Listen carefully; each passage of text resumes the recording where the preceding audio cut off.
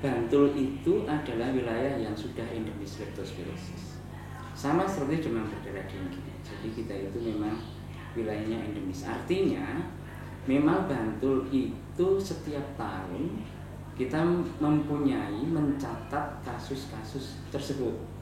Nah, sekarang kalau bicara tentang leptospirosis, setiap tahun itu sebenarnya ada penderita leptospirosis yang dirawat baik di puskesmas maupun di rumah sakit, baik pemerintah maupun swasta gitu ya. Hanya memang di awal tahun ini kami mencatat ada kenaikan yang cukup signifikan, bukan hanya angka kasusnya saja, tetapi kasus kematiannya juga yang berhubungan dengan leptospirosis. Yang kami catat bukan hanya kematian yang disebabkan leptospirosis, tapi kematian yang juga berhubungan dengan leptospirosis, kan begitu ya. Nah, ini yang harus menjadi perhatian khusus bagi kita, teman-teman di insan kesehatan, dan juga bagi masyarakat semua, karena leptospirosis itu penyakit menular, dan penyakit menular itu pasti bisa dicegah. Itu kuncinya. Leptospirosis itu penyakit yang disebabkan oleh bakteri Leptospira. Nah, bakteri Leptospira ini dia bisa menular ke manusia itu harus melalui perantaraan hewan. Oleh karena itu, leptospirosis itu namanya penyakit zoonosis, yaitu penyakit menular yang ditularkan melalui perantaraan hewan. Demam berdarah tinggi juga seperti itu, melalui perantaraan hewan, tapi hewannya namanya nyamuk, kan begitu ya. Sehingga kalau demam berdarah tinggi itu dia namanya penyakit zoonosis vektor, penyakit tular vektor. Nah, bakteri Leptospira ini biasanya ditemukan di hewan-hewan pengerat, seperti tikus terutama, ada marmut, dan juga mamalia yang lain, bahkan anjing, kucing itu dia juga bisa terjangkit Leptospira. Nah, bakteri ini kemudian bisa ditularkan ke manusia secara dua cara, baik langsung maupun tidak langsung. Kalau langsung itu misalkan ada perpindahan bakteri melalui cairan dari tubuh hewan ini ke tubuh manusia secara langsung, misalkan ada gigitannya yang kemudian cairannya berpindah dari tubuh si hewan ke manusia, dan mekanisme-mekanisme lain yang berhubungan dengan kontak langsung antara si hewan dengan si manusia. Nah, kalau cara yang tidak langsung itu tidak ada kontak secara langsung antara si hewan dengan si manusia, tetapi cairan yang dikeluarkan dari tubuh hewan ini dia ada di lingkungan sekitar kita, yang kemudian dia masuk ke manusia. Kok bisa masuk ke manusia? Karena ada port d'entrée-nya namanya. Nah, port d'entrée di manusia ini masalahnya tidak hanya di luka-luka besar, tetapi luka-luka yang disebut mikrolesi, yang kadang kita nggak sadar kalau oh ternyata di kulit kita itu ada luka terbuka, sehingga itu kemudian bisa menjadi pintu masuk dari bakteri ini. Nah, itulah yang harus kita waspadai dengan benar. Kontak tidak langsung ini dia ada di sekitar kita. Misalkan kalau tikus, paling sering penyebabnya memang itu karena dari penelitian yang dilakukan bekerja sama dengan Balai Besar Teknologi Kesehatan Lingkungan dan Penanggulangan Penyakit BPTKLPP, itu kita menemukan memang di beberapa spot yang ada kasus di manusia itu linear dengan tikus yang memang dia juga mengandung Leptospira. Bakteri ini kemudian dikeluarkan melalui air kencing si tikus, yang kemudian dia ada di lingkungan sekitar kita yang tidak bersih. Kemudian ada manusia yang beraktivitas di lingkungan itu, entah apapun aktivitasnya, misalkan kerja bakti, bersih-bersih tempat-tempat yang menjadi breeding place tikus, atau yang banyak dulu itu kita temukan itu petani, dia ada di sungai atau di sawah yang kebetulan airnya itu mengandung dari bakteri Leptospira yang dari kencing tikus itu, yang kemudian dia masuk ke tubuh manusianya dan menyebabkan manusianya ini terinfeksi Leptospira dan menjadi sakit leptospirosis. Nah, ini yang kemudian menjadi awareness untuk pencegahannya. Itu yang menjadi kuncinya sekarang. Leptospirosis ini masa inkubasinya relatif lebih panjang daripada penyakit menular yang disebabkan oleh virus. Dia bisa bertahan 7-14 hari pada saat masa inkubasi. Nah, pada gejala awalnya secara akut penyakit menular itu memang lebih dia lebih umum. Jadi kadang itu membutuhkan awareness yang sedikit lebih dari para dokter untuk kemudian menetapkan, oh ini kok saya curiga leptospirosis, oh ini kok saya curiga chikungunya, oh ini kok saya curiga demam berdarah, misalnya seperti itu. Karena kita harus benar-benar jeli untuk menentukan dugaan-dugaan tersebut. Gejala awal yang ada di manusia rata-rata adalah demam, sehingga itu memang kemudian membuat masyarakat yang kurang paham atau kurang waspada membuat, oh ini saya hanya meriang biasa, kan begitu ya. Nah, dari situ kemudian kita meningkatkan awareness bagi masyarakat dan khususnya bagi teman-teman di tenaga kesehatan bahwa demam dengan pola bakterial ini biasanya dia dimulai, kalau bahasa awamnya ngelemeng-lemeng dulu kan begitu ya, kira-kira 38 derajat Celcius atau bisa lebih. Kalau virus kan dia langsung tinggi begitu kan. Nah, demam yang polanya bakterial kemudian dikuatkan dari sisi epidemiologi. Epidemiologi itu sisinya seperti ini. Ini saat ini musim penghujan. Kemudian kita paham bahwa Bantul itu endemis leptospirosis. Kemudian kita harus mencari tahu secara anamnesis riwayat kontak si penderita ini, apakah dia memang ada berhubungan dengan kontak baik langsung maupun tidak langsung dengan hewan yang kita curigai sebagai penular leptospirosis. Sehingga penguatan dari demam ditambah dengan pola epidemiologi membuat kita meningkatkan kecurigaan bahwa kemungkinan ini bisa diduga leptospirosis. Gejala lain yang kemudian itu menjadi penguat patognomosis, meningkatkan kasus dari dugaan leptospirosis itu tadi suspek namanya, ditingkatkan menjadi probable. Itu ada gejala-gejala lain yang kemudian menguatkan dugaan kita. Gejala yang paling dominan yang ada di leptospirosis itu antara lain adalah nyeri otot, khususnya otot betis, nyeri gastrocnemius itu. Nah, kalau sudah seperti itu biasanya dokter langsung curiga, oh ini kemungkinan leptospirosis. Tapi tolong dibedakan dengan chikungunya. Kalau chikungunya itu gejala khasnya adalah nyeri di sendi. Nah, kalau di leptospirosis itu nyerinya di otot, terutama di otot di betis. Nah, tentu disertai dengan gejala yang lain seperti meriang itulah, ada sakit kepala, ada malaise, lemah begitu ya. Kemudian mungkin ada mual, ada muntah dan lain-lain.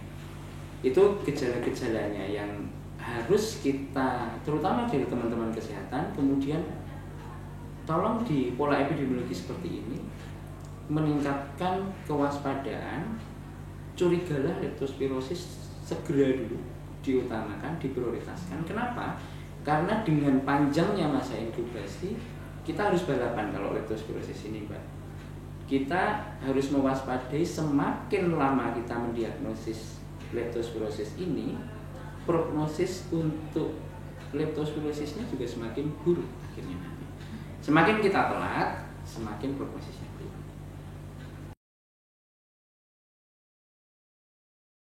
Ya, itu sangat-sangat subjektif kemudian. Kadang ada orang yang menyadari, kadang juga ada yang tidak menyadari. Tapi rata-rata gejala-gejala seperti itu bisa timbul 3-5 hari dari pertamanya demam. Hanya memang sulitnya kemudian kita mendeteksi kapan kita demam di hari pertama, kapan pertama kali demam, itu sendiri saja sudah sulit. Sehingga benar-benar ini membutuhkan kejelian dari dokter, kejelian dari perawat dan teman-teman nakes semua untuk prinsipnya adalah mencurigai di awal dulu, mendeteksi dini di awal dulu untuk leptospirosis ini. Betul, jangan menunda lagi. Kuncinya adalah mengubah kebiasaan yang lama dengan pencegahan dulu kan gitu ya. Mengobati diri sendiri seperti itu. Karena bagaimanapun juga mencegah itu kan lebih baik daripada nanti sudah terlanjur sakit dan kemudian mengobati. Itu nanti pencegahan-pencegahannya mungkin kita bahas lagi. Tetapi memang kalau sudah kita terlanjur demam, kita sudah terlanjur mencurigai, oh sepertinya saya memang sakit, jangan anggap enteng dan jangan berusaha untuk mengobati secara sendiri, secara mandiri. Kalau bisa segera mengakses vaskes.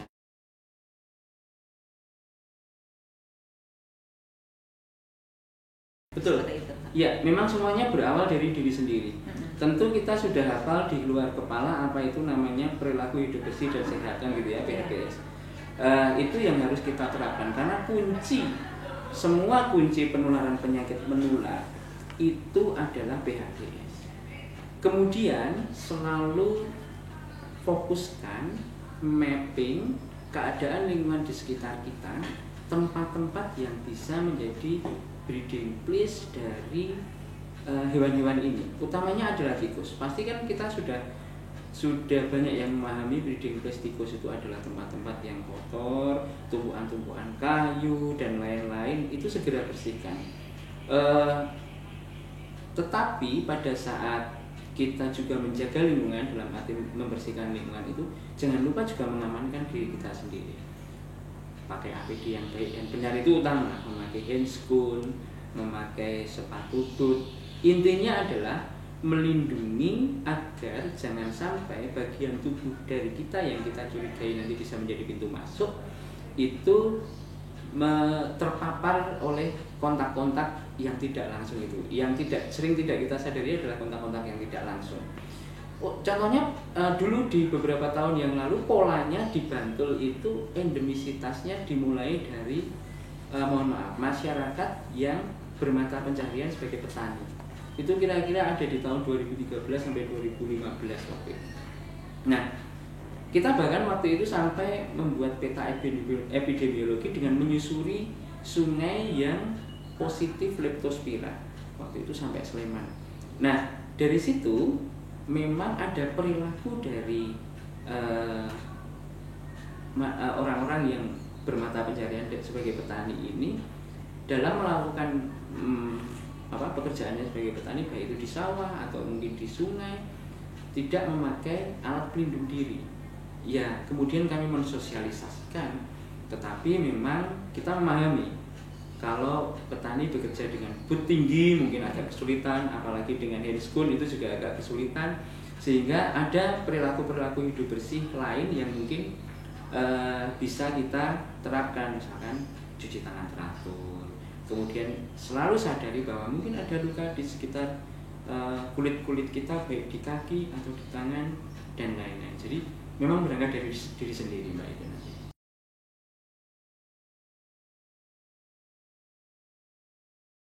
Ya, saat ini kami memang sedang meningkatkan kewaspadaan karena dalam 2 bulan ini berarti ya, karena Februari sudah mau berakhir, ada peningkatan serius utamanya tentang kasus kematian leptospirosis, sehingga kami kemarin secara khusus sudah matur kepada Pak Sekda untuk kemudian kita merapatkan barisan, teman-teman dokter juga kami kumpulkan, kita tingkatkan lagi awareness soal leptospirosis. Prinsip adalah satu, jangan ragu untuk mensuspek leptospirosis, jangan ragu untuk mencurigai nantinya. Yang kedua, setelah kemudian melakukan dugaan leptospirosis itu, artinya menetapkan bahwa ini suspek leptospirosis, jangan ragu untuk memberikan antibiotik segera, karena ini kuncinya. Kalau tidak segera diberikan antibiotik dalam jangka waktu kemudian masa inkubasinya memanjang 7 hari misalkan, prognosisnya akan memburuk, karena bakteri leptospira ini jahat. Dia kemudian akan menyerang organ-organ penting di dalam tubuh, utamanya ginjal. Nah, kalau itu sudah